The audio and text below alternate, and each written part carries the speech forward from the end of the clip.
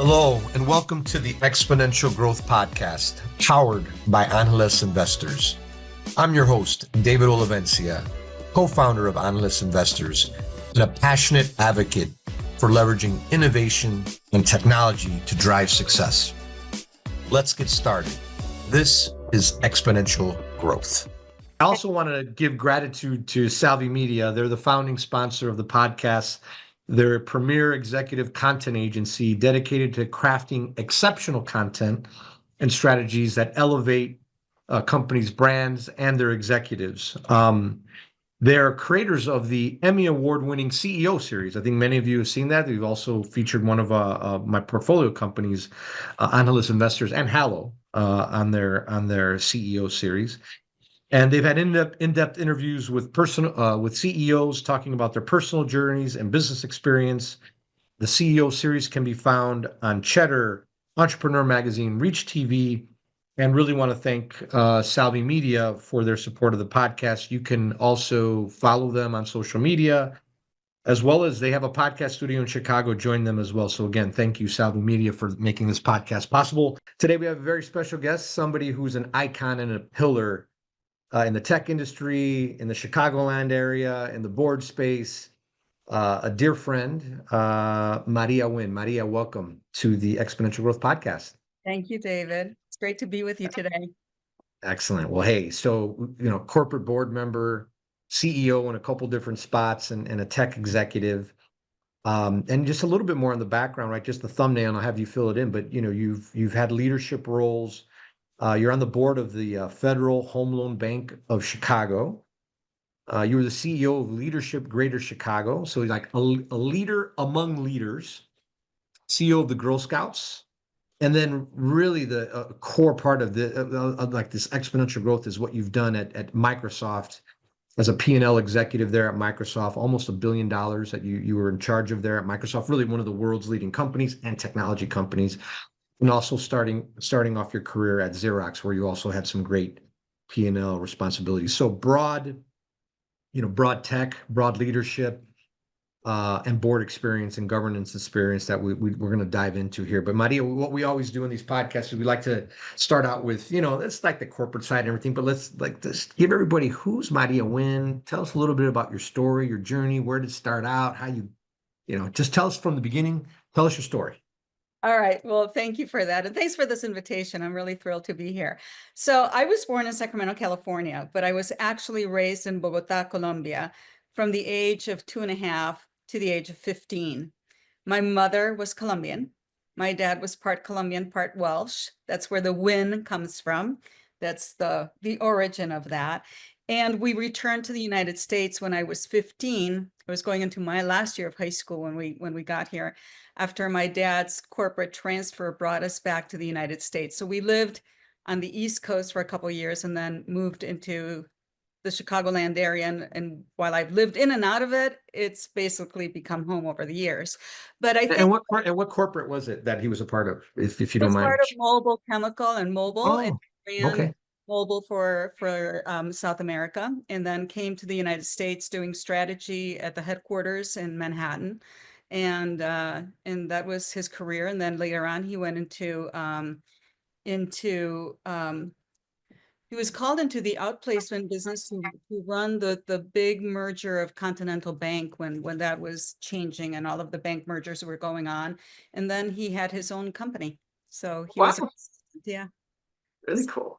Yeah, and he wrote books. He wrote children's books and business books. So he was always along with running marathons. So never a dull moment. My mom and my dad, there was never a dull moment. I can see at least a part of where you get some of your energy from, Maria. Yeah. Yeah. So, the bicultural and background that I come from has really served me well in understanding the worlds that I've navigated through. Not only have I been bicultural, I'm bilingual, English, Spanish, and comfortable moving between the two. But I also think when you have that upbringing, that bicultural upbringing, it opens a lens to really looking at a lot of different situations from multiple angles. So it gives you a different perspective, I think, overall. And you do well with change. You have to be able to adjust, right? Yeah. No, I think it just, and it gives you a broader, and any problem or solution that's thrown at you, you have just, every time you travel, or you go to a new country, you live there for a while, it just totally opens up your mind and how you look at the world and solve problems and think about things, right? I have a very agile toolkit. And then professionally, as you mentioned earlier, I've had kind of a winding path, but always with purpose. I mean, I was an art major that fell into technology, right? And my most of my career was spent in the corporate world, beginning my career in technology, where I fell in love with the field when it was just an emerging field in so many ways. And I've run large organizations and P&Ls for the brands that you mentioned, all globally recognized brands, Xerox, Microsoft, and I was in telecom at one point with a company that is now underneath the fold of AT&T. So I had that perspective as well. So I was fortunate to serve all of them and to lead in significant business roles and lead significant businesses and initiatives for them. And then I moved into the not-for-profit sector as a CEO of two not-for-profits. When I came to the Girl Scouts, I did because it was the largest council in the world. It was serving 84,000 girls, or eventually we started with 95, but we had some reconciling issues that actually surfaced that we were 84,000. And to put that in perspective, at the time, Microsoft had 75,000 employees globally and 1,000 girls, right? Selling Yeah. cookies. Yeah, and And good cookies at that. I mean, they're the best. Those thin mints are the best. I ate too many of them, but they're good.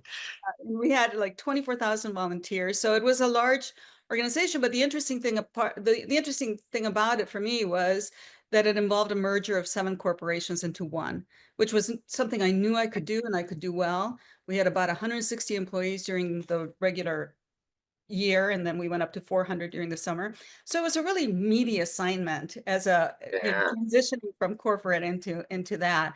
And then, as you mentioned, I became the CEO for Leadership Greater Chicago. So now I serve on several boards, both corporate and not-for-profit, and I'm actively involved in investing, especially in innovation and technology.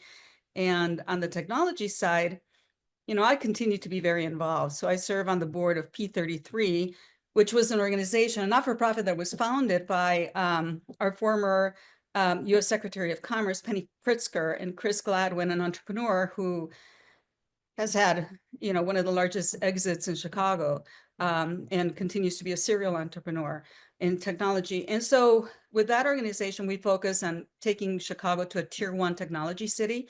And what that means is creating the workforce environment for technology, making sure that we don't lose our workforce that is coming out of our universities to the coasts, which has been a problem, right?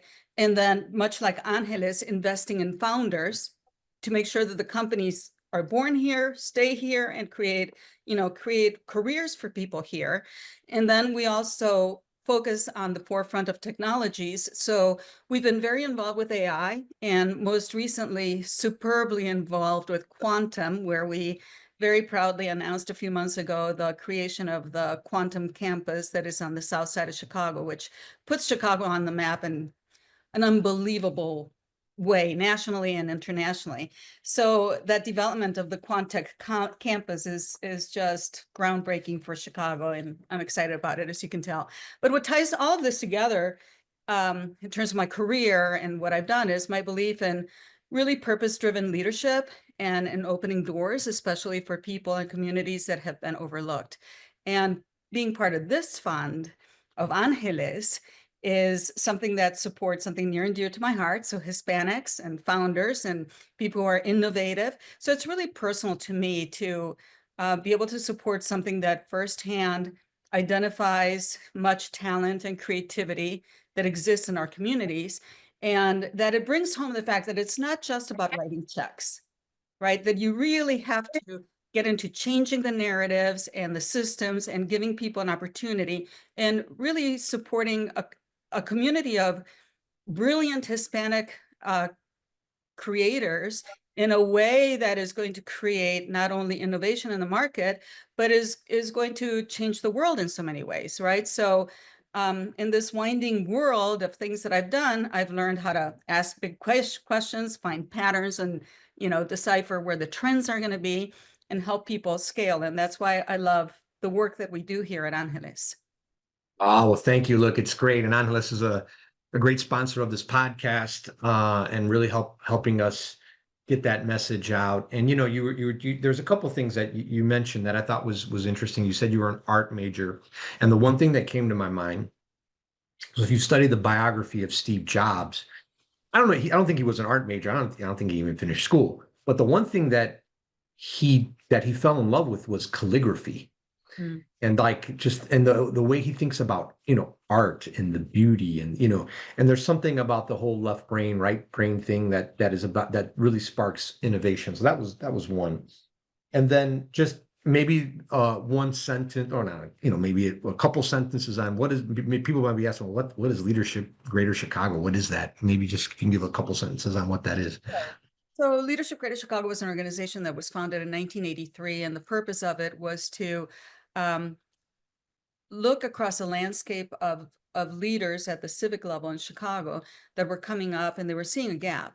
So they created, the Chicago Community Trust was the initial organization that helped to incubate and found Leadership Greater Chicago, which would have a purpose of identifying a cross-sector group of, at the time, 25 up and coming young leaders. And by young, I mean 25 to 40 something was the age at the time, to be the next leaders in Chicago. And out of them have come incredible people, people like Michelle Obama has gone through it, and Valerie Jarrett, and Arnie Duncan, and that's on the political side where people would recognize those names, but also a lot of CEOs have come from that.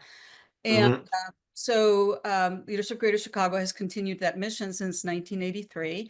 And I was brought in as CEO in 2014. And in 2019, I launched the Daniel Burnham Fellowship for C-suite and senior executives because I saw a gap in the C-suites.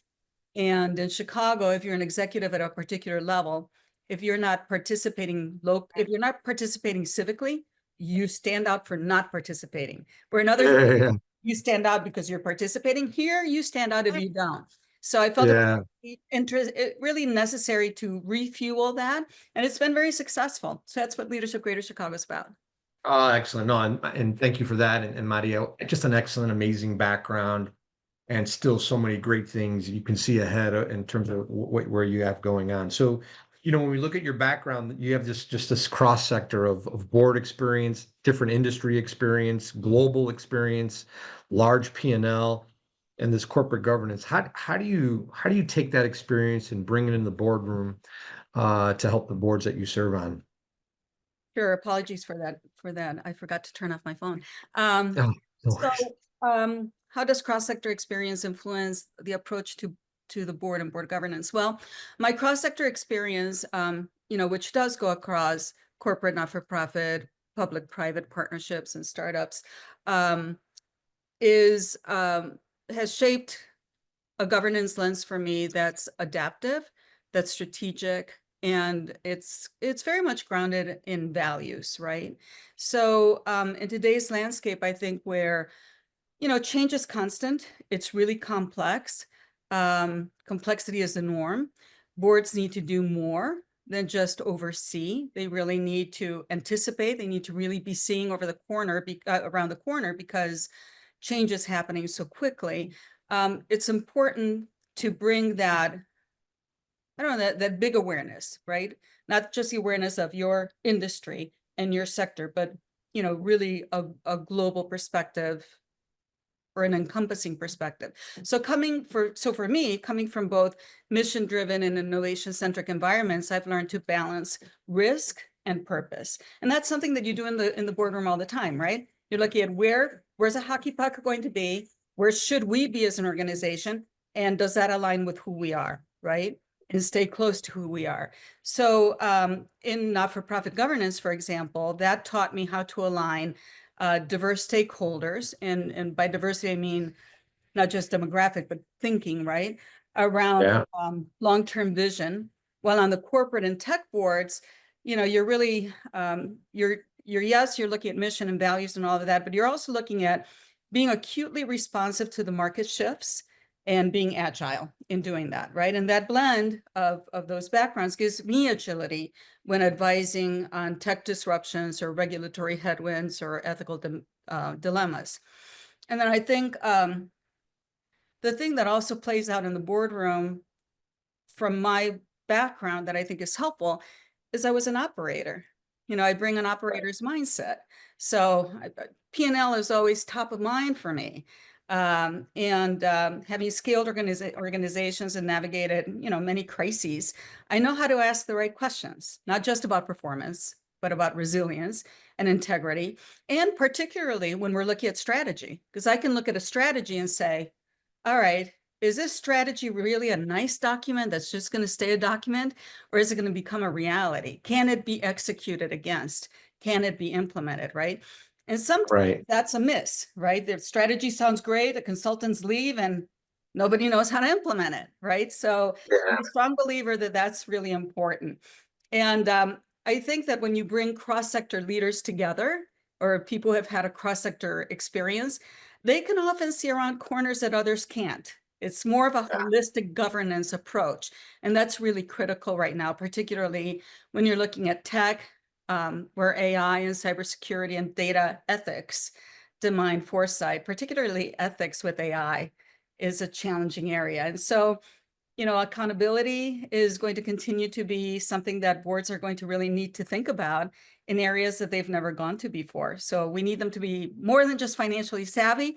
They need to be systems literate and also very societally aware, right? They need to be aware of what the shifts are in society right now. Yeah, no, it's great. Yeah, and I think from a board perspective, it's things are changing fast, right? I mean, and I think you hit on all the major points, and they're vital in a world where you have a lot of this exponential growth going on, right? Changes in tech, cybersecurity, quantum, all these things that you talk about, and it's impacting every industry. I don't care what industry you're in, right? It's going to impact it one way or the other. So I think that perspective, Maria, that you bring is very valuable to the boards. So you've got some view into technology. You worked at one of the world's largest companies and technology companies in Microsoft, but also what you're doing at P33 and the great work there, the quantum, the leaders that you're exposed to. What do you see as the 2-3 biggest exponential trends that all of our listeners should be paying attention to from the lens that you have? So I think in the landscape of technology, there are 3 areas that I would pay attention to. Certainly AI is on everybody's mind, particularly generative AI, machine learning in general, climate tech, and quantum. And let me spend a little bit of time on each one of them. I think that when it comes to AI, people are already seeing the transformation that's taking place in terms of productivity, personalization, decision-making across, all kinds of different sectors. I mean, we're experiencing agent bots, right, as consumers. So we're getting a firsthand look at how productivity is being enhanced by AI, just one-on-one, right? And generative AI in particular is democratizing access to a lot of tools that were once reserved for the few, right? So it's allowing small businesses to scale better, right? Because they're able to delegate to somebody, for example, what the staffer that they wouldn't have is able to do, right? So the AI, if you know how to use it, or I mean, AI in general, if you know how to use it, can become your assistant. And you can be a bigger business than what you are just by leveraging that as a tool, right? So, AI is really adding scale and adding capacity to areas that before would have required a lot of investment. And as a result, enabling entirely new business models. And those implications are pretty large on what makes innovation and governance essential and critical and exciting, at least to me. Oh, yeah. And if you look at climate, everybody's talking about climate, right? We know we're experiencing the change of climate every day. we walk outside and we go, gee, it didn't used to be like this X, Y, Z years ago, right? We know this, right? But when it comes to technology, we're seeing like extraordinary momentum in renewable energy and carbon capture and battery storage and agricultural technology, right? So the intersection of hardware, software, and sustainability is a really exciting area. This is an area where people, if they have an idea, they should investigate it because there's lots of room for innovation there. And one of the things that I find exciting about climate tech is that it's not just about doing good, it's also about economic value. And I learned firsthand when I went to Israel several years ago, and I became familiar with irrigation drip technology. And I don't know if you know what it is, but I'm going to explain it. No, I don't. I was thinking, what the heck is that? I So- have maybe an idea, but I don't know what the hell it is. So no, please educate me. Let me give you a little bit. Irrigation drip technology is the technology that takes water and is able to distribute it to the seedling very economically and in a very prescriptive manner. What happens to that seedling is that you can adjust the water drip to the plant as it's growing. What does that do? It does several things. One, it reduces the use of water. So you're being much smarter about More using efficient. scarce water in areas that might not have a lot of water available. The second thing is it can increase the yields of crops 3 to 5 times and even more. And we've seen that in Brazil with sugar cane plantations, right? What does that do to an economically depressed area? It immediately changes the value equation and the economic equation for them, right? Right. In terms of societal impact, it addresses food shortages, food scarcity, and being vulnerable to the fact that you don't have access to food. But it also conserves water and makes good use of areas where water is scarce. So the focus on climate tech is really exciting on being able to do good and doing well. And then last, Okay. quantum computing, right? And quantum is still a very new technology. It's still an unstable technology, in my opinion, right? And we're learning what quantum requires in terms of computer power absorption of energy, cooling requirements, all of that, right? But it has the potential to break boundaries in fields like drug discovery and potentially finding cures for diseases today that we are struggling with, cybersecurity. And once we cross certain technical thresholds, the implications for innovation and for progress are going to be profound. So I'm really excited about the role that quantum can play in solving problems that classical computing can't do today. And each area of these is going to shift things systemically, right? So I'm excited about quantum, but it's going to require energy, right? And right now that's something that the world at large is struggling with. We have old infrastructure in many places, or not access to energy. We had dismissed some areas of energy like nuclear. Well, nuclear is going to make a comeback. Just look at the fact that Going back. Oh yeah. know, I think but is it Meta? I think Meta make a big investment in nuclear in Illinois. I think. I mean, but there's other places around the world, that around the U.S. that nuclear is coming back, and solar as well. So there's a big solar push, and I think I did a newsletter on but if you look at us compared to China and how much China has built out in terms of energy infrastructure, it's not. I have to pull up the graph, but it's like double. But like ours is like kind of flat in terms of energy capacity, and theirs is like been going up. And in a world of AI and exponential growth, right? It's going to be the limiting factor. We're trying to catch up, but we'll see. But it's a big deal. Right. Yeah. So I think those are the 3 things to watch. And it's not a 10-year landscape anymore because technology is changing so quickly that in the blink of an eye, something else will come up. No, and look, this is why I'm doing the podcast, right? Because things are happening so fast how do you keep up? And this, I mean, you can read, but hopefully it's also listening to leaders like you who are kind of out there and seeing it and taking all those perspectives and pulling it together. There was a couple points when you mentioned in these technology curves. You said you could leverage AI to be your assistant, you can leverage AI to build your teams, all that kind of stuff. There's been a lot of talk about there will be, a trillion-dollar company of just a handful of people, right? In terms of like the AI is going to give you the ability to create trillion-dollar companies with just a handful of people, right? So that's one, and just really something. And actually, the bigger the companies, the more employees you have, almost start to be a liability than it is an asset, right? So, and you're starting to see a little bit of that starting to see a little bit more layoffs from Microsoft, from Amazon.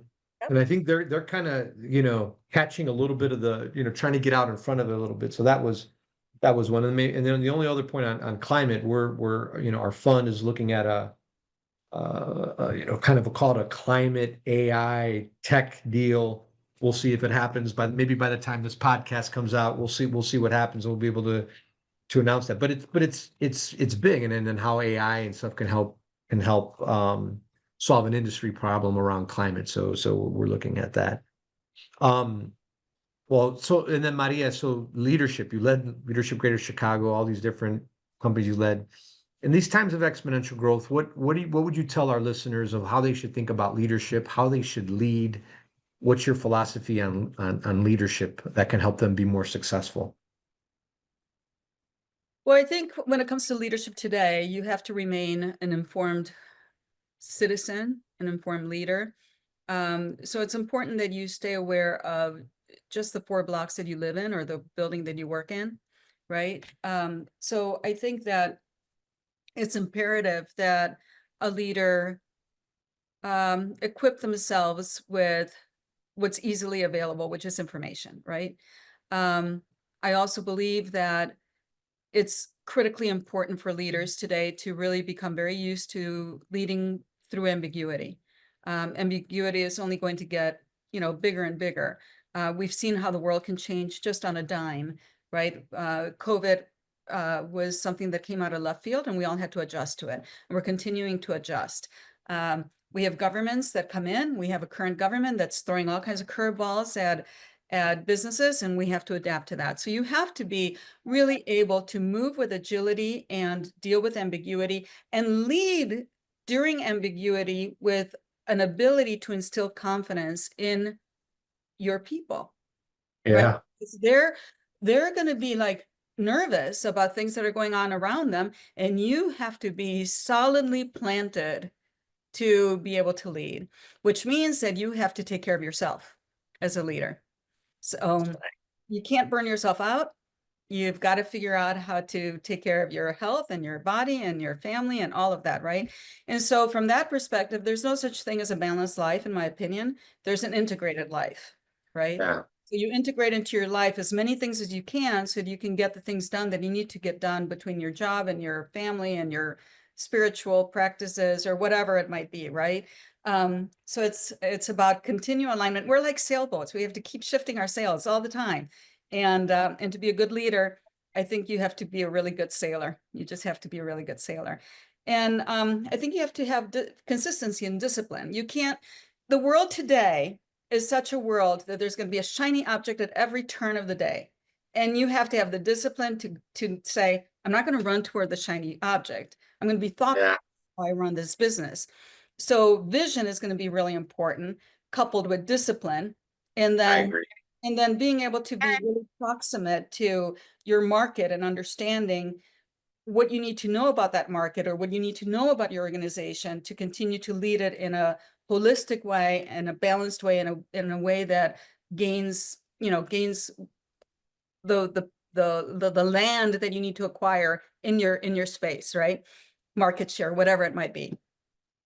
Exactly. No, that was great. And I wrote down something, as you were kind of mentioning those strong leadership principles. There's this whole concept of the 40-hour work week, and it's like, it's been, I'd say it's like almost of the industrial age and all that kind of stuff. And I think it's now we're moving into, it's not that it's got to be balanced, and you travel and you're flex and you're agile and and you have a team, so you have to have general kind of rules of when people kind of collaborate. But I think this whole 9 to 5 punching in and out, I think that's going to become more and more a relic, of the past. Especially with newer and, I think some of the old, call it the traditional industries, maybe a little bit tougher, but that was one of the things that, as and like, think about the school year education, right? It's like, you start in August ish and you go all the way to May and then you get the summer off. And that's a relic of like, the farming and agriculture and the agrarian society, right? Um, but learning should be like all year round, and I think now you should be doing it, all year in different ways. And I get it, you can have a summer and break and all that kind of stuff, but I think there'll be more flexible and more agile, call it times and stations of the year and all that kind of stuff. So, Maria, how people keep up with you on social media, and how would they find out how to be in touch with you, and any other last comments you want to share with the audience? Well, LinkedIn is always good. I have to admit that over the last year or so, I've not been as present on LinkedIn as I will be. So stay tuned because there's something coming. All right. So you'll begin to see my presence a little bit more. So LinkedIn is really good. I'm pretty accessible, so people can drop a note on LinkedIn and I'll message back, and I'll try to help in whichever way I can. But mostly, I think I remain pretty connected in this Chicagoland community. So I'm always out and about and present. So if you see me, just say hi and start a conversation with me. Excellent. Excellent. Maria, pleasure having you on. Thank you. I know, you got so much going on, and thank you for taking the time to be on the podcast. Really appreciate it and look forward to seeing you around Chicago and other places. Well, Thank thank you. you. Thanks for the invitation. It's been a pleasure.